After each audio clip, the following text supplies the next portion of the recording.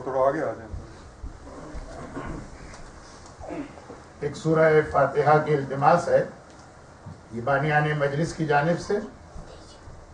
مرحوم سید مہدی احسن ول سید خورشید احسن، مرحومہ سیدہ ام لیلہ خاتون بنت سید محمد اکبر، مرحوم سید انور رضا رضوی ابن سید طالب حسین رضوی، مرحوم سید ہاشم رضا ابن سید باقر رضا، مرحوم سید حمزہ احسن ولد سید شکیل احسن، اس خاندان کے دیگر تمام مرحومین، حاضرین مجلس کے خاندان کے تمام مرحومین، تمام شہداء ملت و اسلام اور کل اموات مومنین و مومنات. فاتحہ.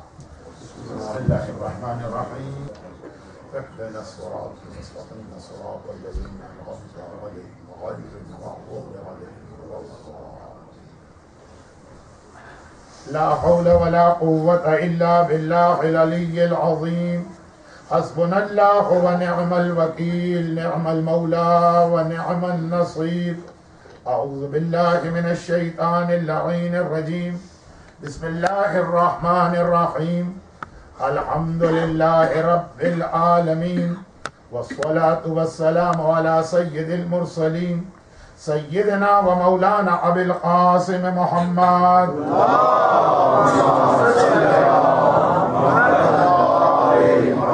آله الطيبين الطاهرين الأئمة الهداة المهديين الراشدين المعصومين المظلومين، سيما الإمام المنتظر والحجة الثاني عشر. اللهم أجل له الفرج ولعنة الله على أعدائهم أجمعين. أما بعد فقد قال الله عز وجل في كتابه الكريم: بسم الله الرحمن الرحيم. يا أيها الذين آمنوا إن تنصروا الله ينصركم ويثبت أقدامكم. وقال سبحانه وتعالى: ومكر الله والله خير الماكرين. اللهم صل على محمد وآل محمد. چونکہ 25 محرم شہادت کا دن آنے میں 3-4 دن ہی رہ گئے ہیں، تو آج کی ہماری مجلس جس امام معصوم کے حال کا بھی آپ مرثیہ سن کے گریہ کر رہے تھے، اسی امام معصوم کے حوالے سے ہے، لیکن تمہید کے طور پر بھی اور امام معصوم کی زندگی کو مکمل کرنے کے لیے مجلس کا پہلا آدھا حصہ بظاہر کسی اور عنوان پہ لگے. لیکن جیسا کہ میں نے یہ کہا کہ امام معصوم کی زندگی کا حق ادا نہیں ہو سکتا ہے جب تک کہ ہم اس تمہید سے نہ گزریں. قرآن کریم کی 2 آیتوں کی تلاوت کی گئی ہے. دوسری والی آیت تو اتنی مشہور ہے: وَمَكَرَ اللَّهُ وَاللَّهُ خَيْرُ الْمَاكِرِينَ. They plan, Allah plans, اور Allah is the best planner. کفر کرنے والے دشمنان دین، دشمنان اسلام، دشمنان اہل بیت، جو لفظ بھی کہیے، وہ اپنے اپنے پلاننگ اور منصوبے بناتے ہیں، اور اللہ اپنا ایک پلان بناتا ہے، اور اللہ سے بہتر پلان کرنے والا کوئی نہیں. اب یہ قرآن کریم کی ایک ایسی آیت جس کو اگر بہت ہی مختصر اور سمپل، شارٹ اینڈ سمپل طریقے سے سمجھنا ہو تو ایک خاص ہستی کی زندگی پہ نگاہ ڈالنا پڑے گی. مگر اس سے بھی پہلے پہلی آیت کا ترجمہ، تاکہ یہ پہلی آیت میں اس لیے پڑھ رہا ہوں اور اس کا ترجمہ اس لیے کر رہا ہوں تاکہ جو 2 پرسنالٹیز یا شخصیتوں پہ آج ہمارا بیان ہونے والا، بہت دور سے ہم ان کو خالی تاریخ کے 2 کیریکٹر نہ سمجھیں. ہمیں اور آپ کو یہ پتا چلے کہ ہماری آج کی 21st سینچری کے نارتھ امریکہ میں ہماری ذمہ داری کیا بنتی. یہ ہم ہسٹری نہیں پڑھ رہے ہیں کہ تاریخ کے اوراق میں کچھ لکھا پڑھتے چلے گئے، کمپلیٹ ہوا بند کر کے رکھا، اپنے اپنے کاموں میں لگ گئے. پہلی آیت ہے: ایمان لانے والوں تم اللہ کی مدد کرو تب اللہ تمہاری مدد کرے. تو ایک تو پیغام اس میں یہ مل گئے، جو ہمارے یہاں بڑا ٹیکنیکل فالٹ یا مسٹیک ہوتی ہے کہ ہم اللہ سے تو ہر دعا مانگتے ہیں، آئے اللہ ہماری یہ مدد کر دے، آئے اللہ ہمارے یہ پرابلم کو سالو کر دے، آئے اللہ ہماری اس حاجت کو پورا کر دے. یہ ون وے. اللہ سب کچھ کرتا رہے، ہمیں بھی کچھ کرنا ہے کہ نہیں؟ تو سورہ بقرہ کی وہ آیت کے جو رمضان کی آیتوں کے بیچ میں، اس میں بھی یہ پیغام ہے. کیونکہ گھر کی مجلس ہے، 1 گھنٹے کے اندر مجھے بیان اس لیے مکمل کرنا ہے کہ دن بہت چھوٹا، مغرب کی نماز سے پہلے یہ ساری عبادت مکمل ہو جانا چاہیے. تو میں اس آیت کی تلاوت نہیں کر رہا، لیکن رمضان میں بھی آپ کو سنتے ہیں. اور یہ جو آیت میں نے تلاوت کی، اس میں تو بالکل صاف صاف پیغام آ گئے. یا ایمان لانے والوں، جب تم اللہ سے مدد مانگتے ہو تو پہلے تمہیں اللہ کی مدد کرنا. بلکہ اس آیت میں تو سیکوینس بھی آ گیا کہ پہلے تم اللہ کی مدد کرو، پھر اللہ تمہاری مدد کرے. اب یہ خود اتنا ایک لمبا موضوع ہو جائے گا کہ ہم اللہ کی کیا مدد کریں، لیکن بہت ہی مختصر کہ اللہ کی تمہیں مدد کرنا، پھر اللہ سے مدد مانگو. وہ اللہ کی مدد کیا کرنا؟ یہی سوال ایک مرتبہ کسی نے امام معصوم سے کیا ہے، تو امام نے اس کا ایک جواب عام لوگوں کو دیا، اور ایک جواب زبردستی کا لفظ تو شاید میں غلط کہہ گیا، ہماری زبان پہ جاری کروا دی. اس سوال کا جواب کہ یہ قرآن کیا کہہ رہا ہے، تم اللہ کی مدد کرو. ہماری حیثیت کیا، ہماری طاقت کیا ہے، ہماری بساط کیا ہے کہ ہم یہ خیال کریں کہ ہم اللہ کی مدد کریں گے. مولا اللہ کس چیز میں مدد کا موقع ہے؟ جواب پہلا امام محمد باقر علیہ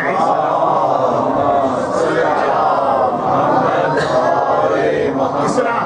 امام نے کہا اللہ اپنے لیے مدد نہیں مانگ رہا. اللہ کی مدد کا مطلب یہ ہے کہ جس زمانے میں ہو اور جس علاقے میں ہو، وہاں پہ بیٹھ کے یہ دیکھو کہ دین خدا کی کیا مدد کر سکتے. اگر تو 1400 سال پہلے کے کربلا میں تھے تو وہاں یہ سوچنا ہے کہ کربلا دین کی کیا مدد. اور اگر آج 1433 ہجرہ کے کالگری کے اندر بیٹھے ہو تو یہاں یہ دیکھنا ہے کہ دین کی کیا مدد کر سکتے ہو. یہ پورا ایک الگ عنوان ہے، میرا ایک اشرا ہے جو کسی نے پرنٹ بھی کر دیا. لیکن یہ تو امام کی ایک حدیث، یہ وہ حدیث ہے کہ جسے ایک عجیب انداز سے ہمیں ہر ہفتے یاد کروایا جا رہا. بلکہ اگر کسی آدمی کو 3 پرابلم تو اسے روز یاد کروایا جا رہا. اگر کسی آدمی کو روزی کا پرابلم، اگر کسی آدمی کو صحت کا پرابلم، اور اگر کسی آدمی کو اپنی جان کا پروٹیکشن چاہیے. پاکستان صاحبان ایمان کی شہادتیں، وہاں پہ یہ جو تیسری بات میں نے کہی.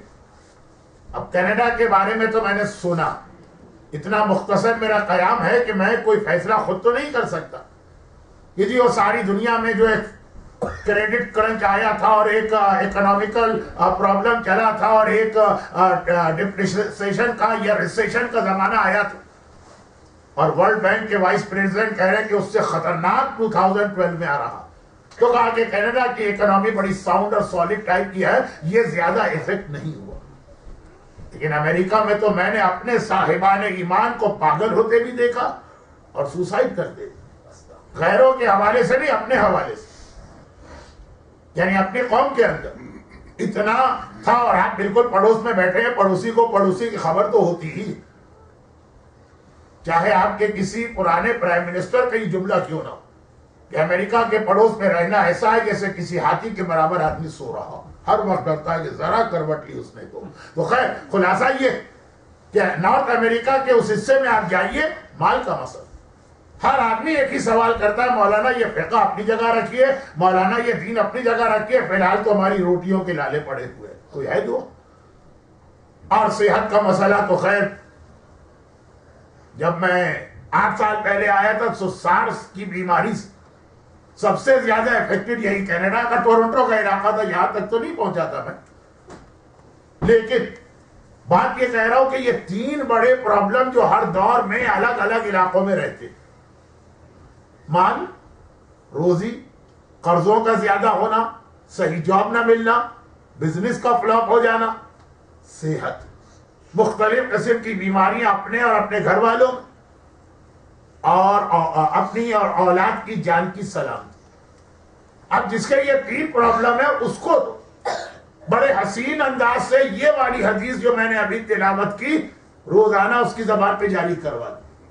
اور اگر کوئی کہے کہ نہیں الحمدللہ مجھے تینوں میں سے کوئی پرابلم نہیں، میں اللہ کا شکر ادا کرتا ہوں کہ اللہ نے اب تک مجھے بچایا، تب بھی کم از کم ہفتے میں 1 دن یہ حدیث اس کی زبان پہ آتی ہے. وہ کس شکل میں؟ صحت کے لیے، اولاد کے جان کے لیے اور مال کے لیے بہترین دعا. اور جیسا میں نے ابھی تھوڑا سا اپنا تعارف کرا دیا کہ جن جن علاقوں میں گیا وہاں پہ دعا بتائی، لوگوں نے عمل کیا. اور نارملی کلگری کو چھوڑ کر جہاں پہ میں ایک دفعہ جاتا ہوں تو پھر وہاں والوں کی جان چھوٹتی نہیں ہے، بار بار آنا پڑتا. تو اب یہ کہ اگلے سال رپورٹ ہوتی تھی اور اس کے اگلے سال اور رپورٹ ہوتی تھی کہ مولانا وہ تو ایسی دعا تھی اور آپ ہمارا واقعہ مجلس میں پڑھی. میں نے کہا مجلس تو خیر میں آل محمد کے واقعات پڑھوں گا، آپ کی باری ابھی نہیں آئے گی. لیکن یہ کہ ایسا خوش جوش زیارت وارثہ، آقا حسین کی یہ زیارت، خالی آپ سلام کر رہے ہیں لیکن یہ سلام اتنی بہترین دعا ہے مال کے لیے، یہ سلام اتنی بہترین دعا ہے صحت کے لیے، یہ سلام اتنی بہترین دعا ہے کہ اپنی اور گھر والوں کی جان کے پروٹیکشن کے لیے. روزانہ ایک بار اس زیارت کو اس نیت کے ساتھ پڑھا جائے. دیکھیں زیارت جو ہے وہ نماز کی طرح ہے کہ الفاظ ایک جیسے، نیت 2 رکعت نماز ہے. ہم نے نیت کر لی کہ یہ نماز ہم پڑھتے ہدیہ میت کی، تو وہی نماز وہی طریقہ ہدیہ میت کا ہوگا. وہی 2 رکعت نماز ہم نے نیت کی کہ ہم پڑھتے ہیں مثلا مغرب کی نافلہ، وہ نافلہ بن گئی. ہم نے اسی میں نیت کر لی کہ نماز ہم پڑھتے ہیں حاجت کی، وہ حاجت بن گئی. ہم نے اسی میں نیت کر لی نماز پڑھتے ہیں فجر کی، وہ فجر کی واجب بن گئی. طریقہ ہے نماز کا ایک، لیکن آپ کی نیت کی وجہ سے کبھی وہ واجب فجر بنے گی، کبھی وہ شب جمعہ کی ہدیہ میت بنے گی، کبھی وہ زیارت وارثہ کی نماز بنے گی. تو زیارت وارثہ ایک تو ہے آقا کو سلام کرنے کی نیت، وہ تو ہر شب جمعہ کو مومن کی ذمہ داری.